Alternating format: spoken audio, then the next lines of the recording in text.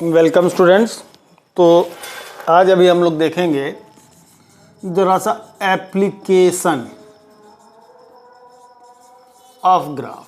अब ग्राफ के एप्लीकेशन पर आते हैं। कुछ बेसिक बातें भी इसके अंदर हम लोग रखेंगे, लेकिन मेनली चर्चा हम लोग करेंगे किस पर? ग्राफ पर, माने एप्लीकेशन पर। ठीक है जी। तो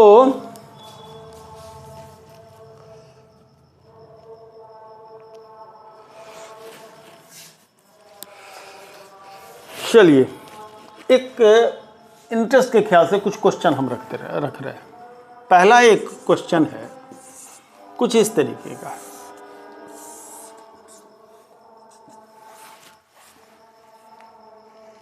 एक एक्सटी प्लॉट है, ठीक है, और उसमें कुछ इस तरीके की बात दी हुई है ना। ऐसा ऐसा कुछ बात दिया हुआ है ना। इसको कह रहा है A B C D E. Okay, और बड़ा सिंपल सा क्वेश्चन है कि in which part of the curve the force has not been applied. In which part of the curve the force has not been applied. ठीक है जी।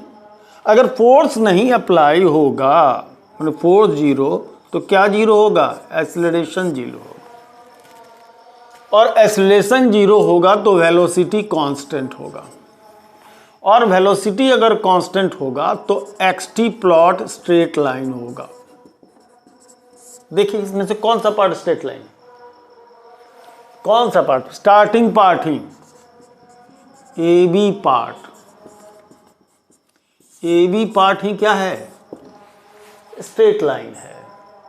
ठीक है, A B part ही क्या है? स्ट्रेट लाइन है।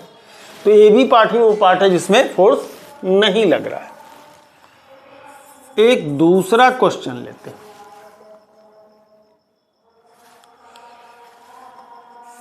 एक क्वेश्चन कुछ इस तरीके से दिया हुआ है, किसी कंपटीशन में आया था। एफटी प्लॉट, ठीक है, ऐसा सर्कल दिया हुआ है। ओके, इसका मैक्सिमम फोर्स यहां पर वो डिपिक्ट कर रहा है, एफ नॉट है। ग्राफ ऐसा दिया हुआ है, ठीक है जी। ओके, और कह रहा है कि what is the M mass M is the mass of what? M is the mass of what? Particle. M is the mass of particle. तो ऐसे सिचुएशन में चेंज इन मोमेंटम या चेंज इन वेलोसिटी कितनी है? Graph मात्र इतना दिया हुआ है।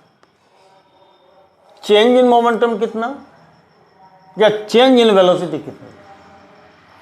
ओके, चेंज इन मोमेंटम कितना या चेंज इन वेलोसिटी कितनी है? ये कौन सा ग्राफ? FT plot.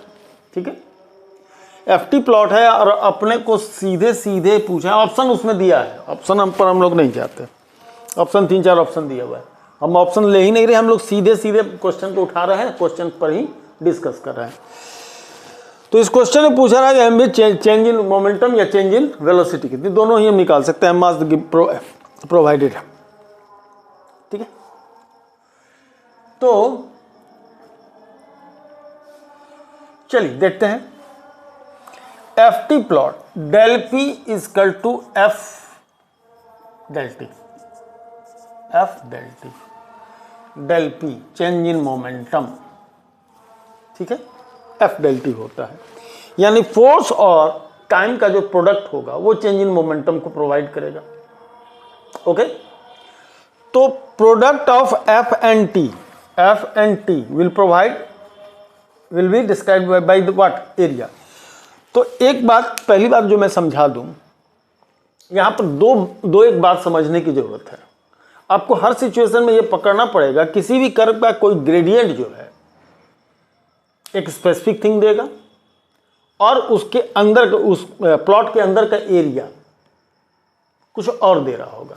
अब इसमें हर सिचुएशन के हिसाब से समझना पड़ेगा। अब जब आप उस टर्म को समझ रहे होंगे तो आप बता सकते हैं। जैसे अगर कोई वीटी प्लॉट है, अगर कोई वीटी प्लॉट है, ठीक है जी, वीटी प्लॉट है, मान लीजिए जैसे कोई वीटी प्लॉट है, हाँ जी, तो अब इस वीटी प्लॉट से दो चीज हम लोग बता सकते हैं। क्या बता सकते हैं?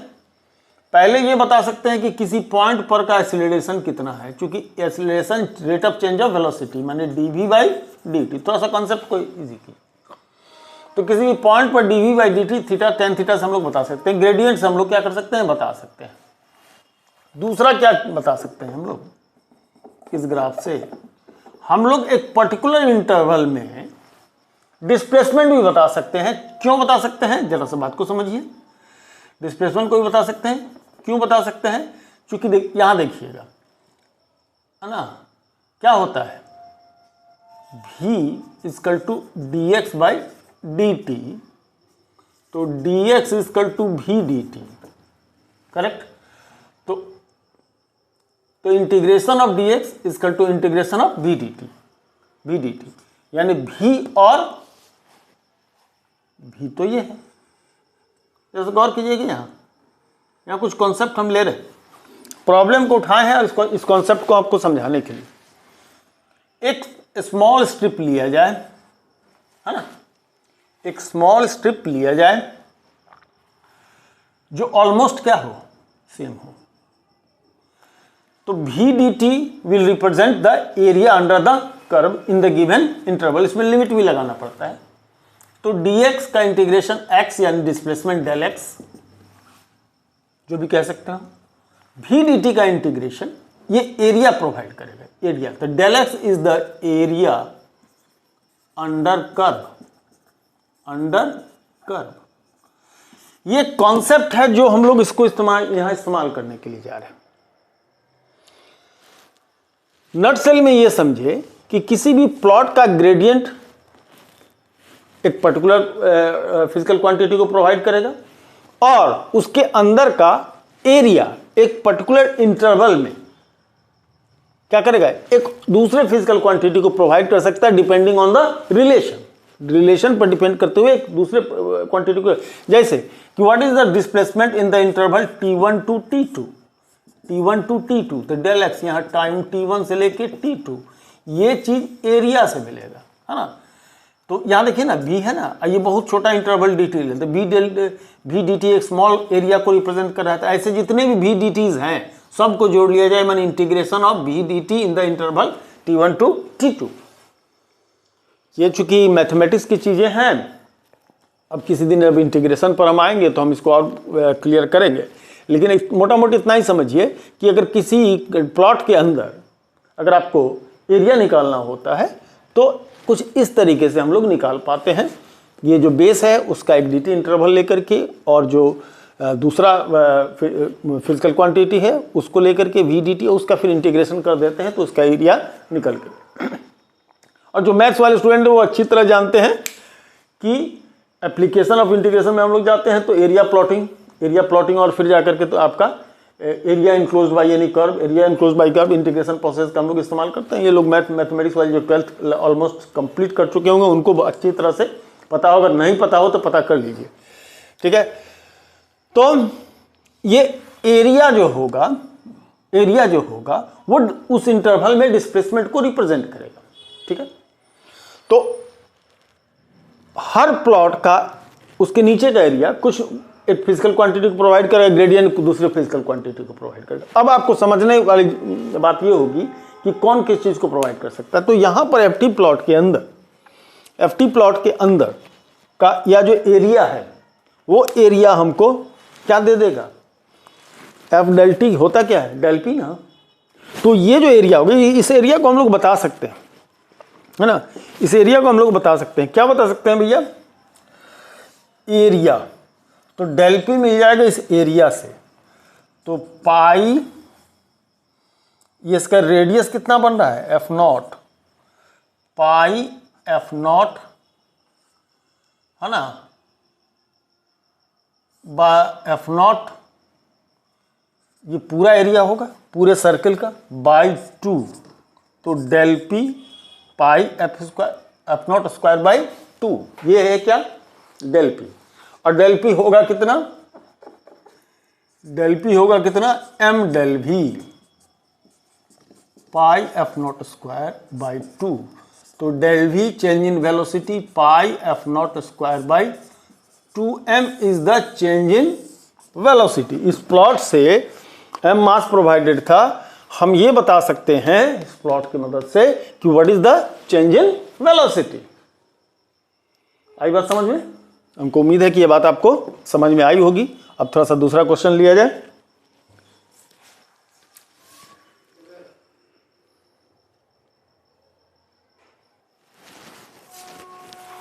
चलिए नेक्स्ट क्वेश्चन हम लोग ले रहे हैं, कुछ ऐसा है।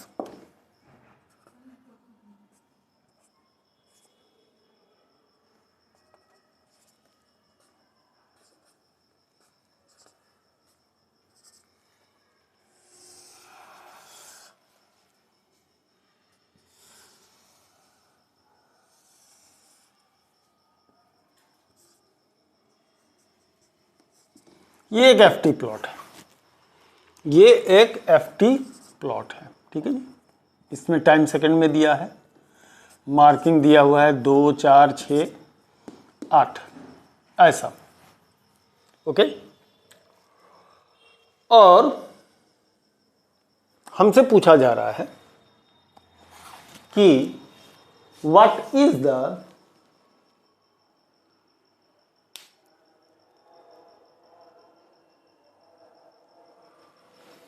Momentum acquired, final momentum acquired by the particle. कुछ क्वेश्चन को इस तरीके से रख दिया गया, final momentum acquired if the body start from rest.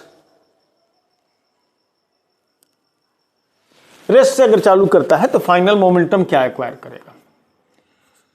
अभी हमने बताया कि एरिया अंडर जो कर्व होगा वो क्या करेगा, चेंज इन मोमेंटम को बतलाएगा। तो जरा सा गौर कीजिएगा, यहां पर ये +2 है ना, ठीक है। तो 2 सेकेंड आधी कर्व इधर, 2 सेकेंड का ये भी है आधी कर्व इधर, 4 सेकेंड और, तो फिगर का हिसाब ना लेकर के आप ऐसे समझ के देखिए, है ना। फिगर में तो थोड़ा सा ऊपर छोटा नीचे बड़ा बन गया है। तो जितना ये देखिए, ये जितना निगेटिव है उतना ही ये पॉजिटिव है, और ये जितना निगेटिव एरिया प्रोवाइड कर रहा है और ये पॉजिटिव। एरिया के विषय में बड़ा गड़बड़ी है। एरिया वेक्टर क्वांटिटी माने वेक्टर और स्केलर दोनों की तरह ट्रीट होता है। तो यहाँ पर ये रिवर्स एरिया हमारा निगेटिव हो रहा है, ये पॉजिटिव हो जा रहा है, ये निगेटिव हो रहा है, तो जितना ये निगेटिव उतना ही पॉजिटिव, निगेटिव ये पॉजिटिव। यानी कि अगर यदि एरिया अंडर द कर्व कहा जाए ना, एरिया अंडर एफ टी ली जाए तो एक्चुअल में 0 है, यानी डेल पी क्या हो जाएगा 0, तो डेल एम वी क्या हो जाएगा 0, तो एम डेल वी क्या हो जाएगा 0, यानी डेल वी क्या हो जाएगा 0। तो no change in velocity, rest से स्टार्ट हुआ था तो फाइनल वेलोसिटी क्या रह जाएगी 0, फाइनल वेलोसिटी क्या रह जाएगी 0। तो इसमें की फाइनल वेलोसिटी क्या होगी 0 होगी, करेक्ट। तो ये बड़ा ही चीटी क्वेश्चन था, ये बड़ा ही चीटी क्वेश्चन था। एक एनसीईआरटी का क्वेश्चन है वो हम लोग लेना पसंद करेंगे, ठीक है। देख लीजिए, पहले फिगर देखिए, प्लॉट देखिए। प्लॉट है कुछ इस टाइप का, एफटी प्लॉट है ना, sorry XT plot, XT plot है। मार्किंग 2, 4, 6 का है, इधर भी 2, 4, 6 का ही है, ठीक है। ये ऐसा दे रहा है, इसको 2, यहाँ 4, यहाँ 6 ले रहा है, 6 लास्ट में ले रहा है क्या, नहीं ऐसे दिया हुआ है। और इस पोर्शन को 4, इधर में 2 और इधर में 6 ऐसा लिया है एक्सटी प्लॉट में, ओके। ऐसा कुछ एक्सटी प्लॉट है, चौथा क्वेश्चन का क्वेश्चन ये कह रहा है in the figure below the position time graph of a particle of mass 0.1 kg the impulse at t equal to 2 second. t equal to 2 second पर मास प्रोवाइडेड है 0.1 kg, 100 ग्राम का उसका मास है, और t इक्वल टू 2 सेकेंड पर क्या बताना है आपका, इम्पल्स यानी कि change in momentum, change in momentum. 2 second ये है भैया, at the end of 2 second उसकी जो वेलोसिटी कितनी है, at the end of 2 second जो वेलोसिटी कितनी है v, वो है 2 सेकेंड में 4 का पोजीशन, डिस्प्लेसमेंट 4 का है तो 4/2 यानी 2 मीटर पर सेकेंड का। और आप उसके बाद देखेंगे कि ये x जो है जो पोजीशन कांस्टेंट हो जाता है, यानी कि उसकी वेलोसिटी स्टॉप कर जाती है। तो जो एक्वायर्ड मोमेंटम रहा होगा, एक्वायर्ड मोमेंटम यानी इनिशियल मोमेंटम जो रहा होगा, एक्वायर्ड मोमेंटम जो रहा होगा जब 2 सेकंड पर पहुंचागा उस समय इनिशियल मोमेंटम की बात करें तो mv यानी 0.1 into 2 that is 0.2 kg metre per second, kg metre per second.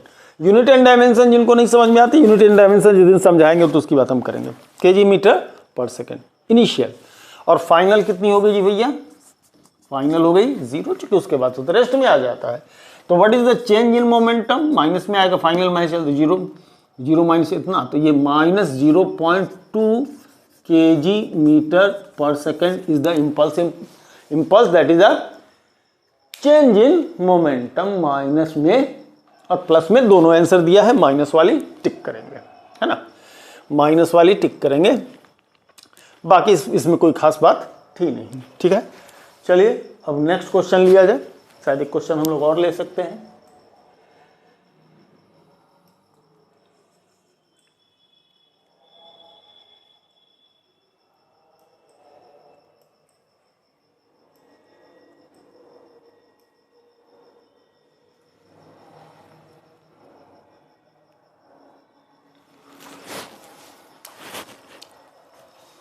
यहां ले आ जाएगा, एक FT प्लॉट है, FT प्लॉट है, ठीक है, और डिवीजन कैसा है, 2 4 6 का है और इधर 10 है, 2 4 6 का है और डिवीजन 10 है। फोर्स कुछ इस तरीके से लिया है,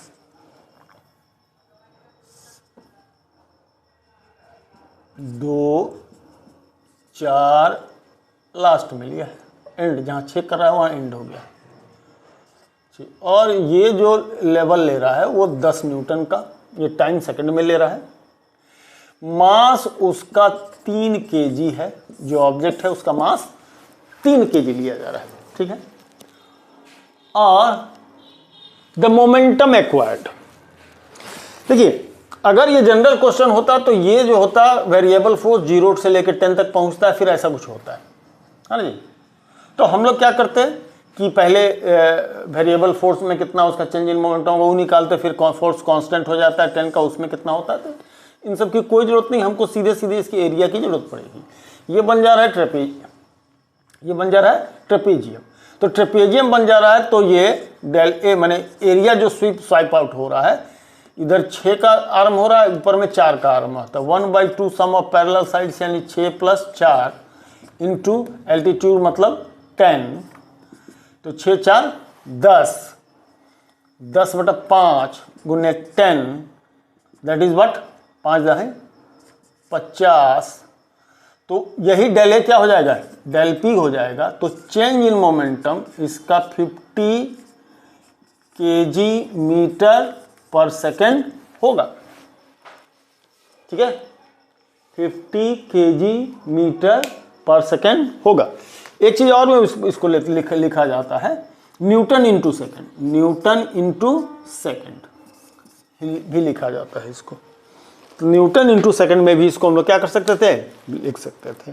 तो ये हो गई इसका सॉल्यूशन, सिंपल सॉल्यूशन। ग्राफ का प्रॉब्लम जो कंपटीशन में बच्चे छोड़ के आते हैं, अगर थोड़ी सी ढंग से समझे हुए रहे तो बड़ा इजी होता है, और इसके जो 4 नंबर होते हैं, खास करके JEE मेंस वगैरह में, एडवांस में थोड़ा सा इसके हाई लेवल में जाएगा या नीट वगैरह में, तो ये सब आराम से आप 4 नंबर तो कमा सकते हैं। ग्राफ अगर थोड़ा सा ढंग से आपको समझ में आता है, एक क्वेश्चन तो आता ही, तो 4 नंबर तो आप कमा ही लेंगे। और जो हमारे बोर्ड के स्टूडेंट हैं, तो बोर्ड के स्टूडेंट में भी 11th में तो पता नहीं, जो भी होम एग्ज़ाम लेता हो, लेकिन 12th वगैरह में ग्राफ का एक प्रॉब्लम रहता है। तो ग्राफ अगर अच्छी तरह समझ में आ रही हो तो आप उसको क्या कर सकते हैं, इजीली बना सकते हैं। इसलिए ग्राफ को सीखिए जरूर।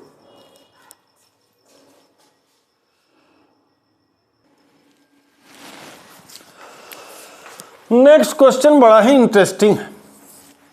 क्या इंटरेस्टिंग है? वो कह रहा है कि inelastic collision of two masses m and m, elastic collision जब होता है m एंड m, तो ऐसे सिचुएशन में क्या होगा कि जब वो कोलाइड करता है तो पहले वो उन दोनों के बीच का इलास्टिक फोर्स जो होगा बढ़ते बढ़ते बढ़ते पीक पर पहुंचेगा, और फिर एक अपना मोमेंटम दूसरे को ट्रांसफर करेगा, और फिर फोर्स ग्रेजुअली घटते घटते घटते घटते जीरो हो जाएगी, है ना, घटते घटते जीरो हो जाएगी। इसमें ये कह रहा है कि जो पहला बॉल है जो कोलिजन के लिए जा रहा है, उसमें पहला बॉल m बॉल जो है वो u वेलोसिटी से जा रहा है, दूसरे से जो m है उससे टकरा रहा है, अपनी वेलोसिटी इसको ट्रांसफर कर देगा। जो 1 डायमेंशनल इलास्टिक कोलिजन पढ़े होंगे, चूंकि अभी पढ़ाए नहीं है, वो एनर्जी चैप्टर में है, तो इसमें क्या होता है कि पहला बॉल रुक जाएगा, दूसरा बॉल चल देगा, यानी कि कंप्लीट ट्रांसफर ऑफ मोमेंटम होगा, कंप्लीट ट्रांसफर ऑफ मोमेंटम होगा। तो अगर ये टोटल टाइम इंटरवल t का है, तो इस ग्राफ से देखिए, तो जो इम्पल्स इम्पार्टेड होगा, जो चेंज इन मोमेंटम की बात करेंगे, डेल पी की बात करेंगे, वो 1/2 area of triangle F not, ये जो पिक फोर्स है जिसको हम एफ नॉट कह रहे हैं, इनटू क्या, बेस टी, तो half F not by half F by कितना हो जाएगा, टी। यही तो होगा, ओके।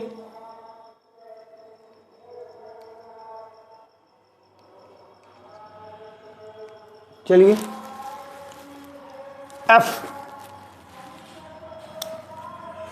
एफ की वैल्यू कितनी हो जाएगी, एफ की value total change in momentum mu, कितने टाइम में, तो t/2 टाइम में। तो एफ जो होगा mu चेंज इन मोमेंटम, मतलब mu से 0 तक पहुंचेगा, करेक्ट। तो चेंज इन मोमेंटम निगेटिव होगा, अलग बात है, तो 0 minus mu, that is mu upon कितना, t/2 टाइम। चूंकि t/2 टाइम तक वो कंप्रेस होता है, फिर t/2 तक वो एक्सपेंड हो जाता है, तो ये कितना हो जाएगा, 2mu बाई कैपिटल T।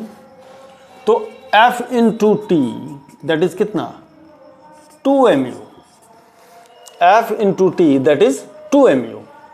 तो F इंटू टी को अगर यदि हम लोग लिख दे 2mu, ओके, बाई कितना, 2, तो 2 कट जाएगा, चेंज इन मोमेंटम मात्र क्या होगा, mu, ठीक है।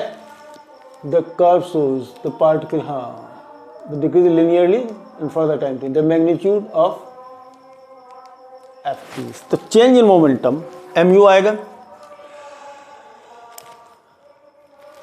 और अगर इस क्वेश्चन में चेंज इन मोमेंटम mu होगा, है ना, mu होगा, और होगा भी mu टू 0 हो रहा है तो होगा भी mu, कोई दिक्कत नहीं है। और f जो होगा वो 2mu बाई कितना आएगा, t आएगा, f जो आएगा 2mu बाई t आएगा, करेक्ट है ना। तो वेरीफाइड है कि चेंज इन मोमेंटम mu होगा, और दूसरा जो अप्लाइड मैक्सिमम फोर्स होगा वो 2mu बाई टी हो जाएगा, है ना, 2mu बाई टी हो जाएगा, चूंकि mu इन t/2 टाइम में है, करेक्ट है ना। चलिए, एक तो ये हो गई।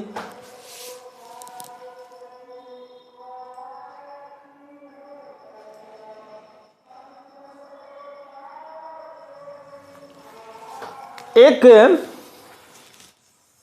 4 कर्व दिए गए, कर्व ही हम लोग बनाते हैं। नेक्स्ट क्वेश्चन जो 7 ले रहा है उसमें 4 तरीके का कर्व दिया गया है K वर्सेस L का, K वर्सेस L का। पहला कर्व ये है, दूसरा कर्व ये है, ऐसा दे रहा है। तीसरा कर्व K वर्सेस L, मैं समझा रहा हूं K और L क्या ले रहा है, ऐसा ले रहा है। और चौथा कर्व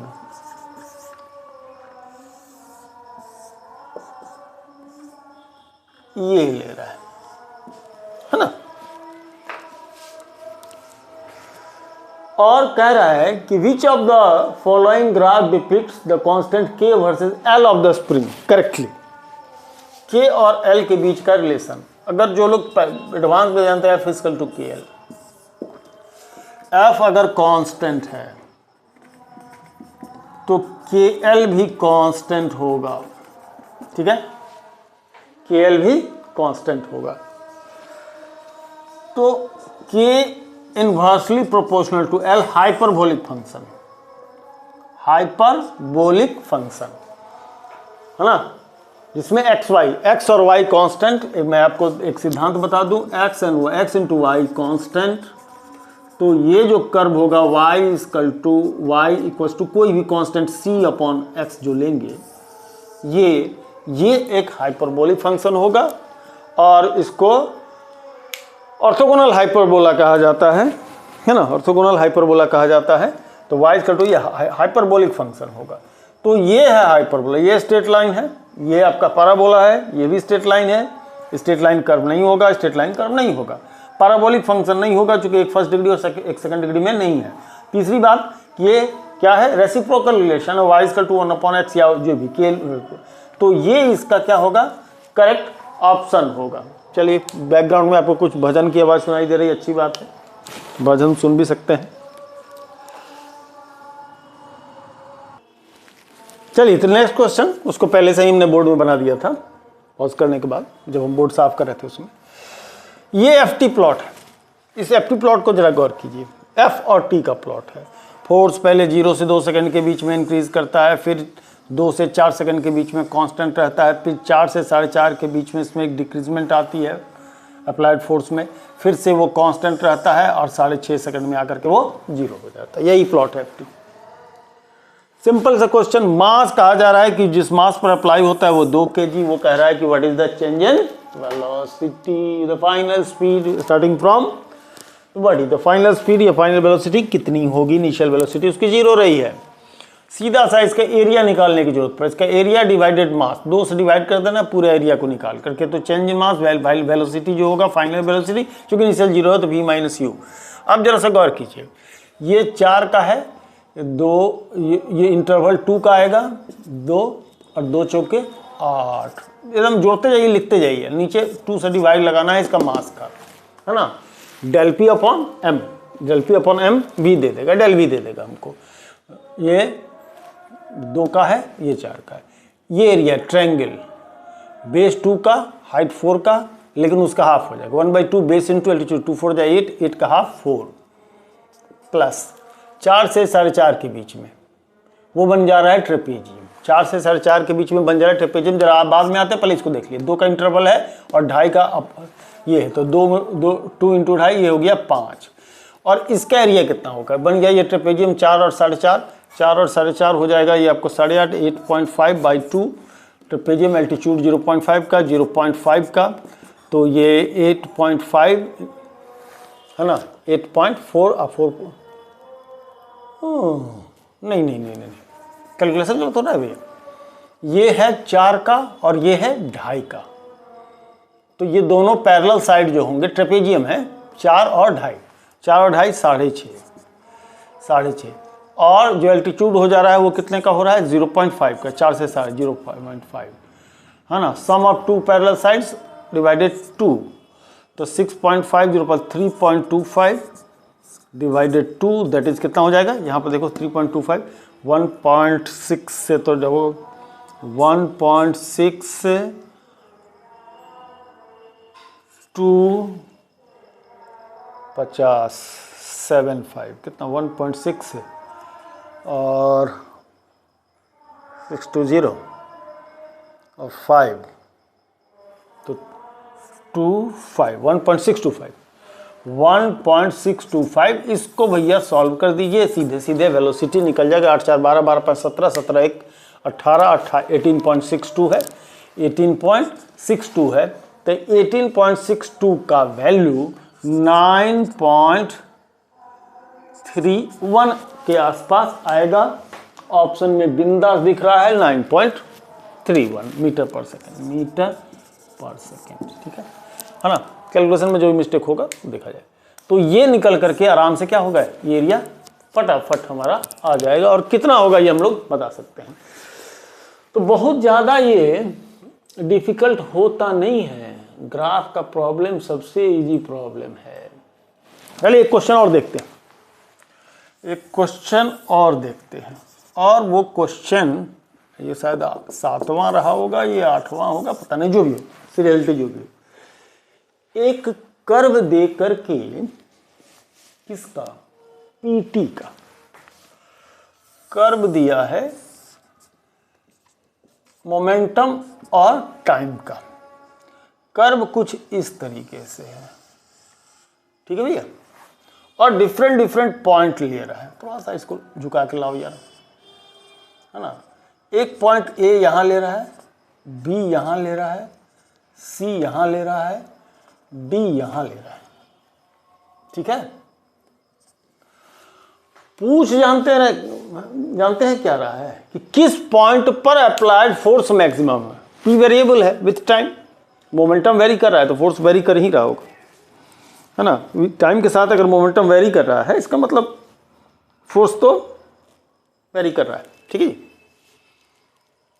ना। तो अब इसमें क्या पूछ रहा है, फोर्स। तो gradient of PT plot will provide the force, gradient of PT plot will provide the force. तो किसी के इंटरवल के एवरेज फोर्स की बात नहीं हो रही है, यहां पर इंस्टेंटेनियस फोर्स की बात।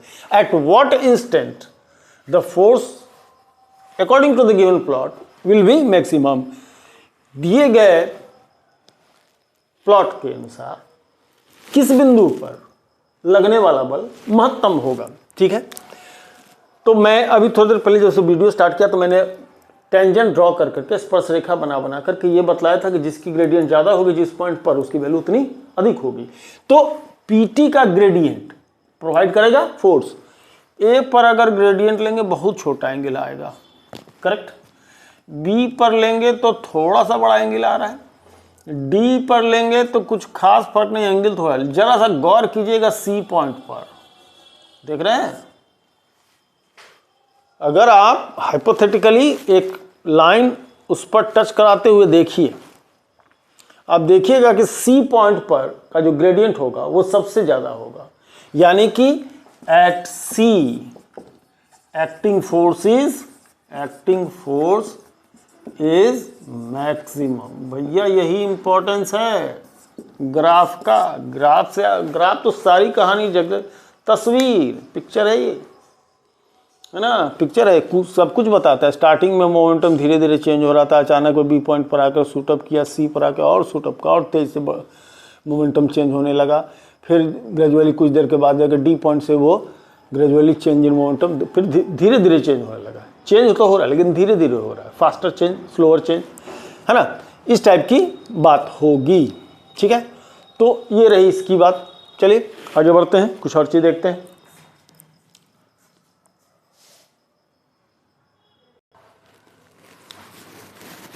अब कुछ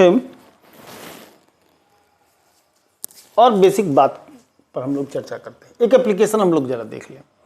क्या एप्लीकेशन देखने वाले हैं, equations of motion. Equation of motion by graph, ये भी एप्लीकेशन ही है, ये भी क्या है, एप्लीकेशन ही है। चलिए तो जरा सा हम लोग इस पर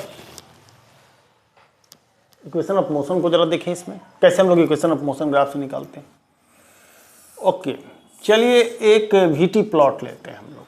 क्या लेते हैं? वीटी प्लॉट, ठीक है। और वीटी प्लॉट कुछ ऐसा ले लिया हम लोगों ने, है ना जी। ये you, okay, 0 time initial time 0 start हो रहा है, और ये इसकी फाइनल वेलोसिटी, ये इसकी इनिशियल वेलोसिटी, ये इसकी फाइनल वेलोसिटी। तो वीटी प्लॉट स्ट्रेट लाइन है, ओके। अब 11th की तरह इसको हम सॉल्व करने नहीं जाएंगे, बेसिक बात को समझिएगा जरा सा, है ना। ये इसका ग्रेडियंट tan थीटा ये होगा, है ना। इसका नाम देते हैं हम वो A B C D फलाना का, इतना हम डिटेल में नहीं जा रहे हैं, सीधी सीधी बात समझिए। फर्स्ट सिचुएशन क्या होता है? ग्रेडियंट ऑफ VT प्रोवाइड्स, क्या प्रोवाइड करेगा जी? Rate of change of velocity. VT plot का ग्रेडियंट मतलब rate of change of velocity, acceleration, provides acceleration, acceleration, वो एक्सीलरेशन को प्रोवाइड करेगा। तो A that is tan theta, ये थीटा ये है, परपेंडिकुलर ये कहलाएगा, ये टोटल V है, यहाँ से यहाँ तक U है, तो ये पोर्शन भी यहाँ से यहाँ तक कितना होगा U, तो रिमेनिंग पोर्शन कितना होगा V minus U, V minus perpendicular upon base, ये क्या है? टाइम टेकन, टाइम टेकन, तो by T, A tan theta V minus U by T ले आइए, तो AT equal to V minus U, तो V इजकल टू क्या? U plus AT। First equation of motion आ गया भैया, फर्स्ट इक्वेशन ऑफ मोशन आ गया। चलिए अब जरा सा सेकंड इक्वेशन ऑफ मोशन को देख ले। क्या बात हमने समझाया है कि B और T, तो V dx बाई dt होता है, V dx बाई dt, यानी कि dx V dt से, V dt के इंटीग्रेशन से, यानी कि एरिया से निकलेगा। तो डेल x यानी कि जो डिस्प्लेसमेंट होगा वो area under plot, area under plot, दो एरिया है, एरिया एक ट्रायंगल है ऊपर में, प्लस एरिया एक रेक्टेंगल है, एक ट्रायंगल है ऊपर ये और एक रेक्टेंगल है ये, इसका एरिया कितना होगा, है ना। तो 1/1/2 t बेस इंटू एल्टीट्यूड, तो 1/2 t into V minus U, सीधे की बात करते हैं, प्लस इसका एरिया UT, इसका एरिया U, ये साइड U है, ये साइड T है, UT है। चलिए UT को पहले लिख लीजिए, half T, V minus U equal to AT, यहाँ से मदद लीजिए, V माइनस U को क्या, चेंज इन वेलोसिटी AT, तो प्लस और T एक के जैसा होने लगता है, तो क्या हो जाएगा A इंटू T, तो UT plus half AT square, simple है। देखिए तो ग्राफ का एक एप्लीकेशन। अब तीसरा, थर्ड इक्वेशन ऑफ मोशन भी होता है, उसमें भी डिस्प्लेसमेंट ही निकालते हैं। तो अब उसको निकालने का जो तरीका है हमारा, अब एरिया को निकालने का तरीका, फिर से डिस्प्लेसमेंट डेल एक्स जो होगा, डेल एक्स जो लेंगे, क्या एरिया अंडर प्लॉट ही लेंगे, एरिया अंडर प्लॉट ही लेंगे, लेकिन फर्क क्या पड़ेगा, इसको ट्रेपेजियम हम देख रहे हैं, है ना, तो ट्रेपेजियम के रूप में देख रहे हैं। जो लोग फिजिक्स के स्टूडेंट हो या एप्लीकेशन समझना चाहते हैं और देखना चाहते हो, थोड़ा सा उनका ज्योमेट्री पोर्शन ठीक ठाक होना चाहिए। तो trapezium, trapezia 1/2 sum of parallel sides, sum of parallel sides, ये है पैरेलल साइड्स और ये होगा एल्टीट्यूड, है ना। अब फिगर ऐसा रहेगा तभी ट्रेपेजियम, नहीं ऐसा भी तो ट्रेपेजियम हो सकता है। सम ऑफ पैरेलल बन U और V का सम, V plus U into altitude यानी कि T, ठीक है, V plus U into T, T कितना हो जाएगा, यहां से जरा T निकालिए तो भैया V minus U by A, V minus U by A, सब को ले आइए 2a del x, 2a del x, इधर 2 और इधर आ गया V plus U into V minus U, V square minus U square, तो V square equal to U square plus 2a del X, या जनरल बोलचाल की भाषा में 2as भी कहते हैं। तो ये आ गया एक एप्लीकेशन किसका, आपका जो जिसे इक्वेशन ऑफ मोशंस हमने क्या कर दिया, निकाल लिया, है ना। तो इस तरीके की बात होती है, इसकी हम लोग कहीं कहीं जरूरत पड़ेगी। तो चलिए हम लोग नेक्स्ट जो है सो कुछ इससे रिलेटेड प्रॉब्लम भी हम लोग ले लेते हैं।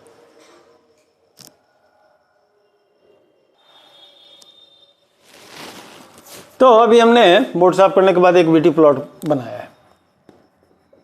एरिया पूछ रहा है जी, इस पर वेलोसिटी दे दिया है, इसमें टाइम दे दिया है, सेकंड में दे दिया है।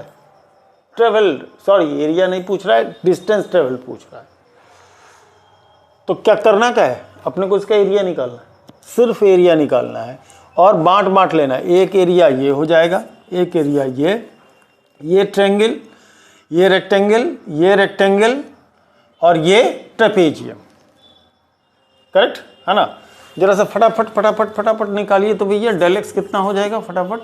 ये आपका 1 का है, 1 और 30 का, तो 1 और 30 का हाथ आधा 15, ये 1 का इंटरवल है, 30 का है, तो ये 30 3 × 1 3 हो गया। ये 1 का इंटरवल है और 10 है, तो ये 10 हो गया। ट्रेपेजियम वाले में 2 + 3 5/2 2.5 और 2.5 सम ऑफ 2 पैरेलल साइड्स 2.5 और आपका जो ये आ रहा है वो 1 का आ रहा है, तो 2.5 ही रह जाएगा। तो 30 10 40 15 45 47.5 मीटर। सिंपल, जितना फास्ट कैलकुलेशन कर सकते हैं, कैलकुलेशन करके क्या कर सकते हैं, आप बता सकते हैं।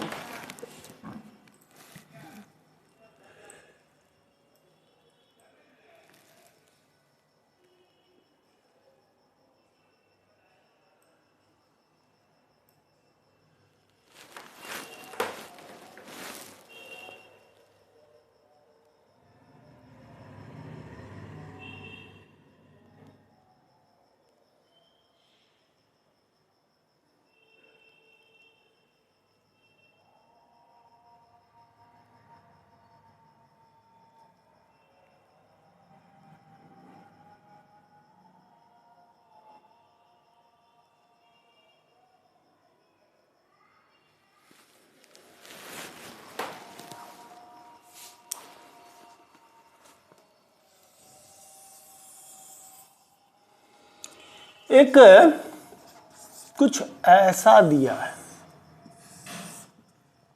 टाइम इधर दे दिया है और यहाँ पर कोई फिक्स डिस्प्लेसमेंट दे करके कर्व को ऐसा लेकर के ऐसा लेकर के ला करके यहाँ छोड़ दिया है, ठीक। इस पर डिस्प्लेसमेंट ले रहा है और इस पर क्या ले रहा है, टाइम ले रहा है। यहां तक लाके, इधर नहीं, कुछ नहीं, बस इतना दिया। तो क्या सब कहा जा सकता है इस कर्व के विषय में, मात्र इतना है, उसके बाद कहानी खत्म। इतना ही ग्राफ दिया है। ऑप्शन है, ऑप्शन जरा बारी बारी से सुनते जाइएगा कि ये किसको represent. The particle starts with certain velocity but the motion is retarded and finally the particle stops. Retarded motion तो है भैया, है ना, retarded motion नो, ये xt प्लॉट है। अगर यहां पर कुछ भी हम देंगे, ये dx/dt, फिर यहां पर जाएगा dx/dt, वेलोसिटी कम हो रही है, बिल्कुल सही है, बिल्कुल कम। यहाँ पर ड्रॉन टेंजेंट की वैल्यू ज़्यादा खड़ा हो रहा है, जैसे जैसे जाएंगे ये क्या हो रहा है, झुकता जा रहा है, कनकेव डाउन होता जा रहा है ना, कनकेव डाउन होता जा रहा है। तो ये मोशन हमारा क्या होगा, रिटार्डेड तो है, ना, रिटार्डेड मोशन है ना, रिटार्डेड तो है। ओके, इतना तो कह सकते हैं कि रिटार्डेड है। ऑप्शन बहुत सारे हैं, चर्चा हम लोग करते हैं। रिटार्डेड तो है but the motion is retarded and finally particle stops, और अंत में ये पार्टिकल रुक जाता है। ये भी कहना सही है, ये भी कहना चाहिए फर्स्ट ऑप्शन, हो सकता है कि फर्स्ट ऑप्शन ही करेक्ट हो जाए, बाकी ऑप्शन को भी हम देखेंगे, उसको हम लोग इनकार करेंगे, क्योंकि फर्स्ट ऑप्शन ही ऐसा दिख रहा है, रुक भी जाता है, क्योंकि इसके बाद उसका पोजीशन क्या हो रहा है, इंक्रीज नहीं कर रहा है। इसमें डिस्प्लेसमेंट दिख तो नहीं रहा है टाइम के साथ, यहाँ के बाद स्टॉप है, तो इसमें डिस्प्लेसमेंट हो नहीं रहा है, फाइनल डिस्प्लेसमेंट यही दिख रहा है हमको। ओके, वेलोसिटी उसकी ग्रेजुअली डिक्रीज करते करते करते स्टॉप कर गई। ये बात तो फर्स्ट ऑप्शन तो बिल्कुल सही है, क्या कोई और ऑप्शन भी सही हो सकता है, क्या गलत है, का है तो गलत, तो का है गलत है। The velocity of particle is constant throughout, no, velocity of the particle is constant throughout, क्या ये कांस्टेंट है थ्रू आउट? क्या dx बाई dt हमेशा से कांस्टेंट रहेगा? है कांस्टेंट ही नहीं, कांस्टेंट रहने के लिए xt प्लॉट क्या होना चाहिए, बिल्कुल स्ट्रेट लाइन, तब जाके कांस्टेंट होगा। तो दूसरा ऑप्शन तो सीधे सीधे नकारने लायक है।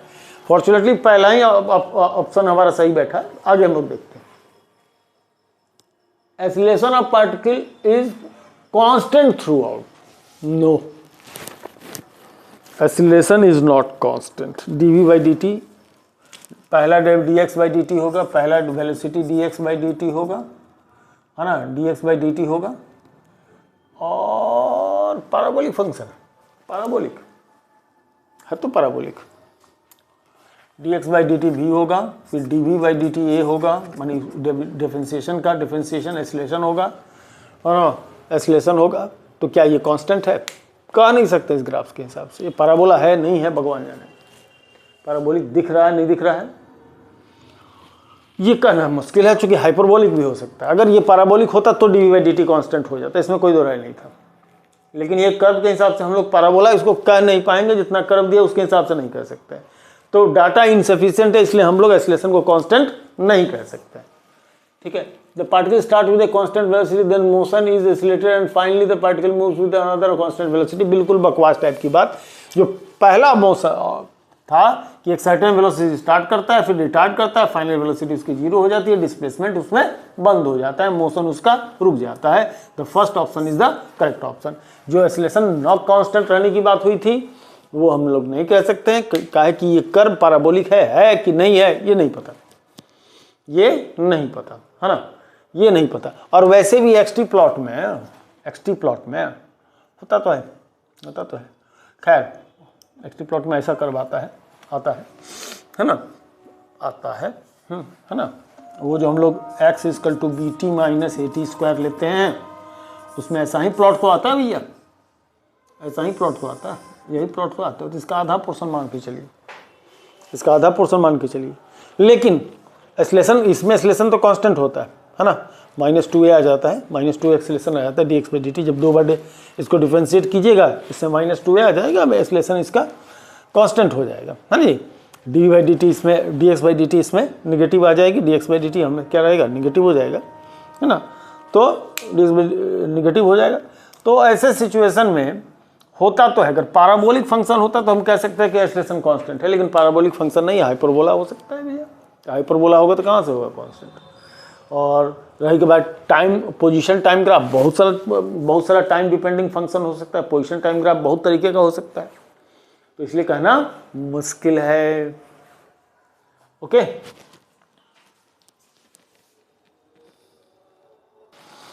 नेक्स्ट क्वेश्चन लेने से पहले कुछ थ्योरी हम लोग को समझेंगे। देखिए, जनरली जो प्लॉट होगा वो दो तरीका, कनकेव डाउन और दूसरा आएगा क्या, कनकेव अप, है ना। जब टेंजेंट ड्रॉ होगा ऊपर रहेगा, एक में टेंजेंट नीचे की तरफ होगा। इसमें सेकंड डेरिवेटिव पे जाइए, सेकंड डेरिवेटिव जो एक्सीलरेशन से मिलता है, D square X by D T square, यानी कि जो D V by D T होता है, दो बार डिफ्रेंसिएशन। कनकेव डाउन होगा, है ना, तो इसका जो सेकंड डेरिवेटिव होगा वो क्या होगा, नेगेटिव होगा। कैसा होगा, नेगेटिव। और जहां कनकेव अप होगा उसका सेकंड डेरिवेटिव पॉजिटिव होगा। अभी के हिसाब से आप समझिए, जहां कनकेव डाउन नीचे की तरफ है, मुंह लटकाए हुए, उदास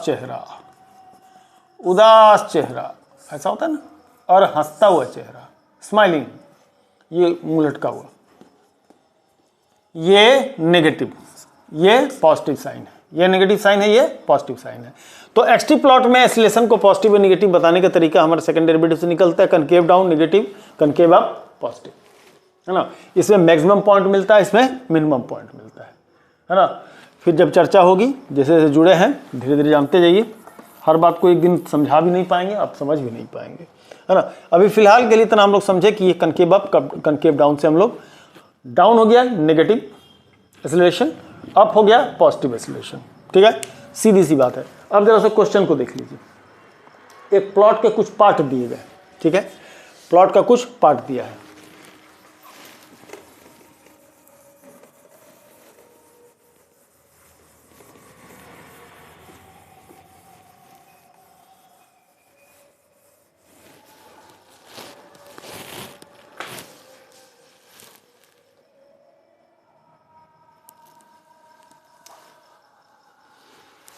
एक ऐसा डिस्प्लेसमेंट या पोजीशन जो भी कह लीजिए दिया है, पहले लिया है यूं ए तक, फिर लिया है यूं बी तक, फिर लिया है यूं सी तक, थोड़ा सा पहले सी तक, ठीक है, अब फिर लिया है यूं डी तक। पूछा है, जानते हैं क्या, कि किस पार्ट में एक्सेलरेशन पॉजिटिव और किस पार्ट में एक्सेलरेशन नेगेटिव है, किस पार्ट में एक्सेलरेशन पॉजिटिव और किस पार्ट में एक्सेलरेशन नेगेटिव है, और किस पार्ट में जीरो है। ये कनकेव डाउन है भैया, डाउन टेंजेंट नीचे की तरफ, यहाँ तो ये पैरेलल हो गया, यहाँ पर एक्सेलरेशन हमारा क्या है, यहाँ पर एक्सेलरेशन क्या है, एक सेकेंड, यहां पर कनकेव डाउन है, यहां एक्सेलरेशन निगेटिव माइनस देगा, यहां ये टाइम एक्सिस के पैरेलल है ना, क्या है, टाइम एक्सिस के पैरेलल है, यहां एक्सेलरेशन जीरो है ना, यहां एक्सेलरेशन जीरो है, ठीक है, या स्ट्रेट लाइन है, हो सकता है ऐसे स्ट्रेट लाइन का एक्सेलरेशन जीरो है। यहां की बात करें तो कनकेव अप हो रहा है ये। अच्छा सुनो जी, इसको शायद इसने स्ट्रेट लाइन बनाया है, ठीक है, और यहां से शूट अप कर दिया, ठीक है, स्ट्रेट लाइन बनाया, तो बी से सी के बीच में फिर से एक्सेलरेशन जीरो है, क्योंकि यहां straight XT plot velocity constant, यहां तो वेलोसिटी जीरो हो जा रही है, यहां तो वेलोसिटी जीरो हो जाएगी, फिर एक्सेलरेशन भी जीरो हो जाएगा। यहां पर वेलोसिटी भले नहीं जीरो हो रहा है, लेकिन उसमें एक्सेलरेटेड मोशन है, कांस्टेंट वेलोसिटी, एक्सेलरेशन जीरो। ये पोर्शन देखिए कनकेव अप हो जा रहा है, ऊपर की तरफ हो रहा है, ग्राफ माने ये ड्रॉ कर रहे हैं, इसके ऊपर जा रहा है, इसमें क्या हो रहा था, ये नीचे जा रहा था, तो इस पोर्शन में एक्सेलरेशन क्या है, पॉजिटिव है, मतलब ये रिटार्डेड मोशन है, और ये कैसा मोशन है, एक्सेलरेटेड मोशन है, ये कैसा मोशन है, यूनिफॉर्म मोशन है, ये क्या है, रेस्ट है। एक ही कर्व में चारों है, रिटार्डेड है, रिटार्डेड मोशन है, रेस्ट है ए बी सिचुएशन में, यूनिफॉर्म मोशन है। इस क्वेश्चन को थोड़ा सा यहाँ पर हमने मॉडिफाई किया समझाने के लिए, बीसी पोर्शन में हमने मॉडिफाई कर लिया था, है ना, और सीडी पोर्शन में एक्सीलरेटेड है, एक्सीलरेटेड है। एक ही ग्राफ में सारी बात एक्सटी प्लॉट में समझ में आ रही है। तो एक्सटी प्लॉट जब भी इस टाइप का हो, इसको रिटार्डेड मानिए, ठीक है, और एक्सटी प्लॉट अगर हमारा कैसा हो, इस टाइप का हो, तो इसको एक्सीलरेटेड मानिए, एक्सीलरेटेड मानिए, और ऐसा हो एक्सटी प्लॉट तो इसको कैसा मानिए, यूनिफॉर्म मोशन मानिए, है ना, यूनिफॉर्म मोशन मानिए, वेलोसिटी पॉजिटिव। और अगर यदि एक्सटी प्लॉट इस तरह से, यूनिफॉर्म मोशन ये भी है लेकिन वेलोसिटी नेगेटिव हो जाएगा, ठीक है जी, है ना। इसमें ये रिटार्डेड मोशन, ये एक्सीलरेटेड मोशन, ठीक है। इतना हमको लगता है काफ़ी है। चलिए एप्लीकेशन में कुछ और सवाल हम लोग लेंगे, छोटे छोटे बड़े जो भी होगा सेलेक्ट करके लेंगे। उम्मीद है कि बहुत कुछ सीखने को आपको मिला होगा इस वीडियो में। So good bye.